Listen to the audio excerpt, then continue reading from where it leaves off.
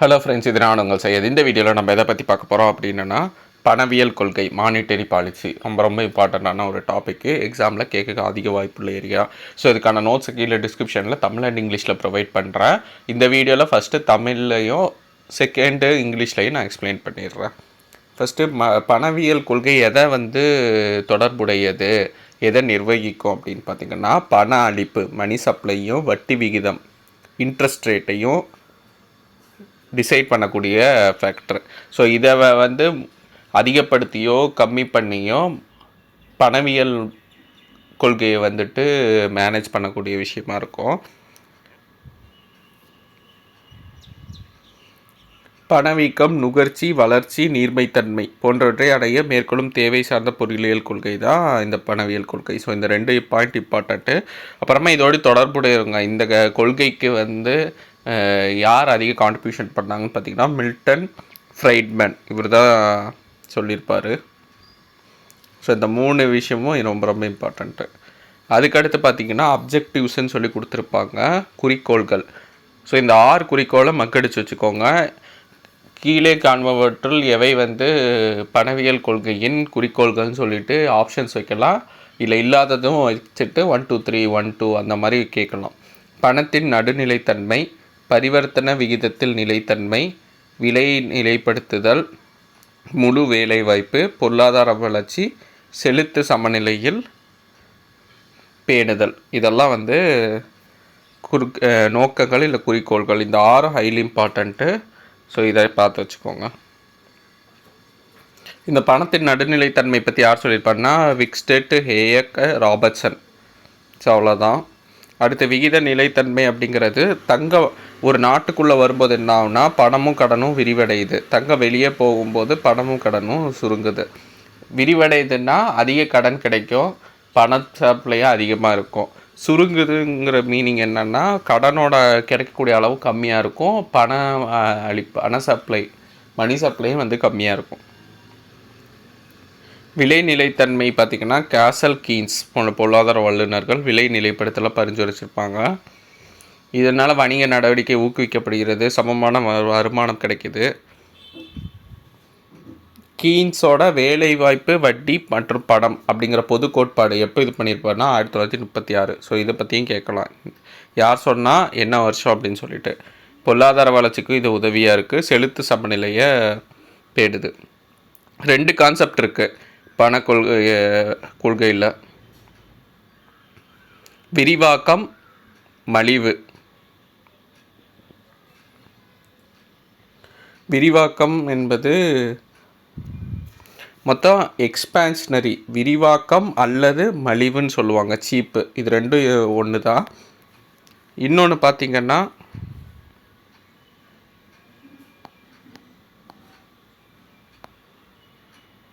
அருமை பணக்கொள்கை. அருமை பணக்கொள்கைன்னு இன்னொரு கான்செப்ட் இருக்குது. அதுக்கு பார்த்திங்கன்னா கான்ட்ராக்ஷன். மலிவு பணக்கொள்கையை எப்போ இம்ப்ளிமெண்ட் பண்ணுவாங்க அப்படின்னா, மலிவு பணக்கொள்கைனா என்னன்னு ஃபஸ்ட்டு தெரிஞ்சுக்கோங்க. வட்டி விகிதம் குறைச்சிருவாங்க. வட்டி விகிதம் குறைச்சா என்ன ஆகும்? இப்போ பேங்க் கொடுக்குற வட்டி விகிதம் குறைச்சதுன்னா, ஸோ இது எல்லாத்துக்கும் முன்னாடி மானிட்டரி பாலிசி யார் பண்ணுவாங்கன்னா, நான் போன வீடியோவிலே சொல்லியிருப்பேன், மானிட்டரி பாலிசி பணவியல் கொள்கை பண்ணுறது மைய வங்கி பண்ணும். இந்த மைய வங்கி என்ன பண்ணுன்னா, வட்டி விகிதத்தை குறைக்கவும் செய்யும், ஏற்றவும் செய்யும், பொருளாதார நிலையை பொறுத்து. மலிவு பண கொள்கையில் என்ன பண்ணுன்னா, வட்டி விகிதம் குறைச்சிரும் வங்கி. வட்டி விகிதம் குறைச்சதுன்னா என்ன ஆகும்? வட்டி கம்மியாச்சுன்னா என்ன ஆகும்? கடன் வாங்குறது அதிகமாகும். யார் வாங்குவாங்க? மக்கள் வாங்குவாங்க. கடன் அதிகமாக வாங்கி எதுக்காக வாங்குவாங்க? வணிகத்துக்காக வாங்குவாங்க, அவங்க பிஸ்னஸ்க்காக வாங்குவாங்க. அப்போது கடன் கிடச்சிதுன்னா பிஸ்னஸ் இன்க்ரீஸ் ஆகும், ப்ரொடக்ஷன் இன்க்ரீஸ் ஆகும். அதனால் என்ன ஆகும்? பொருளாதாரம் உயரும், மக்களுக்கு வருமானமும் அதிகமாகும். அப்படி வருமானம் எல்லாம் அதிகமாகும் போது என்ன ஆகுனா, ஆட்டோமேட்டிக்காக நிறைய பேர்கிட்ட நிறைய காசு வரும்போது பணவீக்கமும் அதிகமாகும். அப்போ பணவீக்கம் அதிகமாகிறது கெடுதல் தானே நினைக்கக்கூடாது. இங்கே மெயின் அப்ஜெக்டிவ் என்னென்னா, வேலைவாய்ப்பு அதிகமாகும். ஏன்னா வணிகம் அதிகமாகும் போதும் பணம் அதிகமாகும் போதும் வேலைவாய்ப்பும் அதிகமாகும். ஸோ இங்கே வேலைவாய்ப்பு அதிகப்படுத்துறதுக்காக மலிவு பண கொள்கையை வந்து இம்ப்ளிமெண்ட் பண்ணுவாங்க. ஆனால் மலிவு பண கொள்கையினால் என்ன நடக்கும், எஃபெக்ட் என்ன அப்படின்னா பணவீக்கம் வரும். ஸோ இது தான் தெரிஞ்சு வச்சுக்கோங்க. ஸோ லைனாக எழுதி வச்சுக்கோங்க. ஸோ அதை தான் இங்கேயும் கொடுத்துருக்காங்க. கடன் பெறுதல் எளிது, நுகர்வோர் அதிகம் நுகர்வாங்க, வியாபாரம் வந்து விசாலமாகும், அதிக மக்கள் வந்து வேலை பெறுவாங்க. இதுதான் மெயின் அப்ஜெக்டிவ், குறிக்கோள் வந்து மலிவு பண குறிக்கோள் அதிகம் வேலைவாய்ப்பு பெறுறது. இதோட தாக்கம் என்னென்னா பணவீக்கம். அதுதான் மலிவு பண கொள்கையோட தாக்கம். மக்கள் அதிகமாக செலவு செய்வாங்க. இதே வந்து பார்த்திங்கன்னா இப்போ பணவீக்கம் ஒரு அளவுக்கு மேலே போயிட்டுருக்கு. இப்போ இதை கட்டுப்படுத்தணும்னு நினைக்கிதுன்னா இந்த ரிசர்வ் பேங்க் மைய வங்கி என்ன பண்ணுன்னா இப்போ வந்து அருமை பணக்கொள்கையை வந்து இம்ப்ளிமெண்ட் பண்ணோம். இந்த அருமை பணக்கொள்கை இதை இம்ப்ளிமெண்ட் பண்ணும்போது வட்டி விகிதம் என்ன ஆகும்னா இன்க்ரீஸ் பண்ணிடும். வட்டி விகிதம் இன்க்ரீஸ் ஆனால் என்ன ஆகும், கடன் கிடைக்கிறது வந்து குறைஞ்சிரும், பணம் இதுவும் வந்து குறைஞ்சிரும். அப்போது பிஸ்னஸோட ஆக்டிவிட்டி வந்து வணிகம் வந்து குறைஞ்சிரும். மந்த நிலை, மக்கள்கிட்ட அதாவது பணமோட சர்க்குலேஷனும் கம்மியாகும்போது உங்களுக்கு வந்து பணவீக்கத்தையும் கட்டுப்படுத்தலாம், பணவீக்கமும் குறைஞ்சிரும். ஆனால் இங்கே என்ன ப்ராப்ளம் ஆகும்னா வேலை வாய்ப்பின்மை அதிகரிச்சிடும். ஸோ இங்கே வருங்க, வேலையின்மை அதிகரிக்கும். ஆனால் இங்கே என்ன ஆகும்னா பணவீக்கத்தை வந்து கட்டுப்படுத்தலாம், பணவீக்கம் குறையும் இந்த அருமை பண கொள்கையில். ஸோ இதுதான் 2 டிஃப்ரென்ஸு. ஸோ இதை தெரிஞ்சு வச்சுக்கோங்க. இந்த கொள்கையை கொடுத்துட்டு இதோட தாக்கம் என்னன்னு கேட்கலாம், இல்லை எதுக்காக கொண்டு வந்தாங்கன்னு கேட்கலாம், இல்லை இதோட இந்த ஆப்ஷன்ஸை கொடுக்கலாம். இதை கொடுத்துட்டு இந்த ஆப்ஷன்ஸ், இதை கொடுத்துட்டு இந்த ஆப்ஷன்ஸை கொடுத்துட்டு இதில் ஏதாவது மாற்றலாம், சேஞ்ச் பண்ணி 1 2 இல்லை 3 4 அந்த மாதிரி கேட்கலாம். ஸோ இந்த டேபிள் ரொம்ப ரொம்ப important.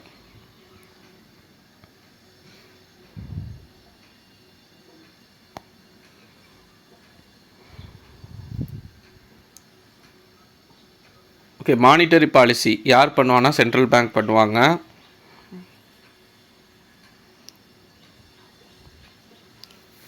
Money supply, interest rate இதை மேனேஜ் பண்ணுறது தான் இதோட மெயின் ஆஸ்பெக்ட்டு. இது போக வந்துட்டு இன்ஃப்ளேஷன், கன்சம்ஷன், க்ரோத், லிக்விடிட்டியும் மேனேஜ் பண்ணலாம். ஸோ இதுக்கான கான்செப்ட் சொன்னது வந்து மில்டன் ஃப்ரைட்மேன்.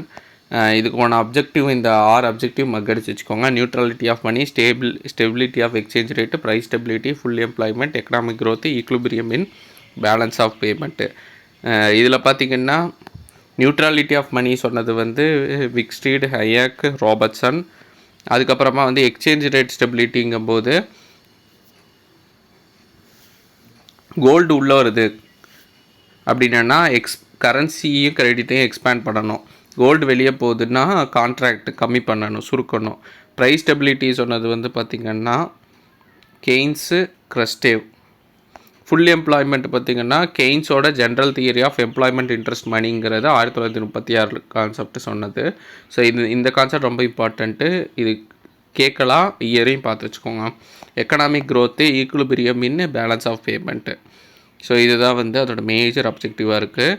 ஸோ 2 ஃபேஸ் சொல்லியிருக்காங்க. ஒன்று வந்து எக்ஸ்பேன்ஷன் இல்லைன்னா சீப்புன்னு சொல்லலாம், இன்னொன்று கான்ட்ரடிக்ஷன் இல்லைன்னா டியர்னு சொல்லலாம். இந்த பேர் ஞாபகம் வச்சுக்கோங்க. அதே மாதிரி என்ன கான்செப்ட்னா சீப் மானிட்டரி பாலிசி இல்லை சீப் மணி பாலிசி எப்போ இம்ப்ளிமெண்ட் பண்ணுவாங்க, எதுக்காக இம்ப்ளிமெண்ட் பண்ணுவாங்கன்னா அன்எம்ப்ளாய்மெண்ட் ரேட் அதிகமாக இருக்குது, இப்போ அதை கம்மி பண்ணணுன்னா இதை பண்ணுவாங்க.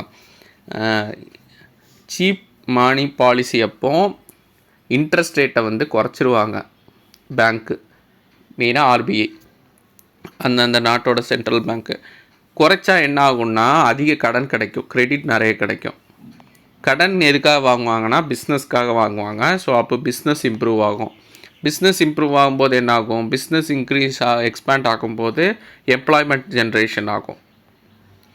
அதுக்கப்புறமா மணி நிறைய பேர்கிட்ட கிடைக்கும், அதனால் வந்து கன்சம்ஷன் இன்க்ரீஸ் ஆகும், ப்ரொடக்ஷன் அதுக்கு தகுந்த மாதிரி இன்க்ரீஸ் ஆகும். இதெல்லாம் நடக்கும்போது இதோட எஃபெக்டாக என்ன ஆகும்னா இன்ஃப்ளேஷன் வரும், பணவீக்கம், விலைவாசி உயர்வு நடக்கும். ஸோ எதுக்காக பண்ணுவாங்கன்னா அன்எம்ப்ளாய்மெண்ட்டை வந்து கம்மி பண்ணுறதுக்கு. எம்ப்ளாய்மெண்ட்டை ஜென்ரேஷன் பண்ணுறதுக்கு. இதோட தாக்கம் என்ன, எஃபெக்ட் என்னென்னா இன்ஃப்ளேஷன் வரும். ஸோ இதுதான் கான்செப்ட்டு. டியர் மணி பாலிசியில் என்ன நடக்கும்னா, இப்போ இன்ஃப்ளேஷன் வந்துருச்சு, பணவீக்கம் அதிகமாகிடுச்சு, இப்போ இதை கட்டுக்குள்ளே கொண்டு வரணும். அப்போ என்ன பண்ணுவாங்கன்னா வட்டி விகிதத்தை வந்து குறைப்பாங்க, வட்டி விகிதத்தை வந்து இன்க்ரீஸ் பண்ணுவாங்க. இன்க்ரீஸ் பண்ணும்போது என்னாகும், வட்டி விகிதம் இன்க்ரீஸ் ஆச்சுன்னா கடன் வாங்குறது கம்மியாகும், கிரெடிட் கம்மியாகும். அப்போது பிஸ்னஸ்க்கு வேணுங்கிற காசு வந்து கிடைக்காது. அப்போது வந்து பிஸ்னஸ் ஆக்டிவிட்டியும் குறைஞ்சிரும். கான்ட்ரடிக்ஷன். பிஸ்னஸ் ஆக்டிவிட்டி குறைஞ்சதுன்னா எம்ப்ளாய்மெண்ட்டும் அன்எம்ப்ளாய்மெண்ட் ரேட் அதிகமாகிடும். அதுக்கப்புறமா கன்சம்ஷன் குறைஞ்சிரும். ஃபைனலாக பார்த்தீங்கன்னா இன்ஃப்ளேஷனும் கட்டுக்குள்ளே வந்துடும். ஆனால் இங்கே ப்ராப்ளம் என்னென்னா அன்எம்ப்ளாய்மெண்ட் வந்துடும். ஸோ நீங்கள் அன்எம்ப்ளாய்மெண்ட்டை கனெக்ட் பண்ணி நீங்கள் வந்து இன்ட்ரெஸ்ட் ரேட்டை குறைச்சி சீப் மணி பாலிசியை இம்ப்ளிமெண்ட் பண்ணிங்கன்னா இன்ஃப்ளேஷன் க்ரியேட் ஆகும். இன்ஃப்ளேஷனை கண்ட்ரோல் பண்ணணும்னு சொல்லி நீங்கள் பண்ணிங்கன்னா ரிசெஷன் ஆயிரும். அந்த டைமில் வந்து பார்த்திங்கன்னா உங்களுக்கு அன்எம்ப்ளாய்மெண்ட்டு ரேட் அதிகமாகும். ஸோ இதை வந்து மாறி மாறி பண்ணுவாங்க. அதனால தான் ஆர்பிஐ பார்த்திங்கன்னா ஒவ்வொரு தாட்டி வட்டி விகிதத்தை குறைப்பாங்க, ஏற்றுவாங்க. அது வந்து அந்தந்த நாட்டோட பொருளாதார நிலை சூழலுக்கு தகுந்த மாதிரி பிளான் பண்ணிக்குவாங்க. ஸோ இதுதான் மானிட்டரி பாலிசி. கீழே டிஸ்கிரிப்ஷனில் பிடிஎஃப் லிங்க் கொடுக்குறேன், டவுன்லோட் பண்ணி யூட்டிலைஸ் பண்ணிக்கோங்க. அப்கமிங் வீடியோஸில் பார்க்கலாம். தேங்க்யூ.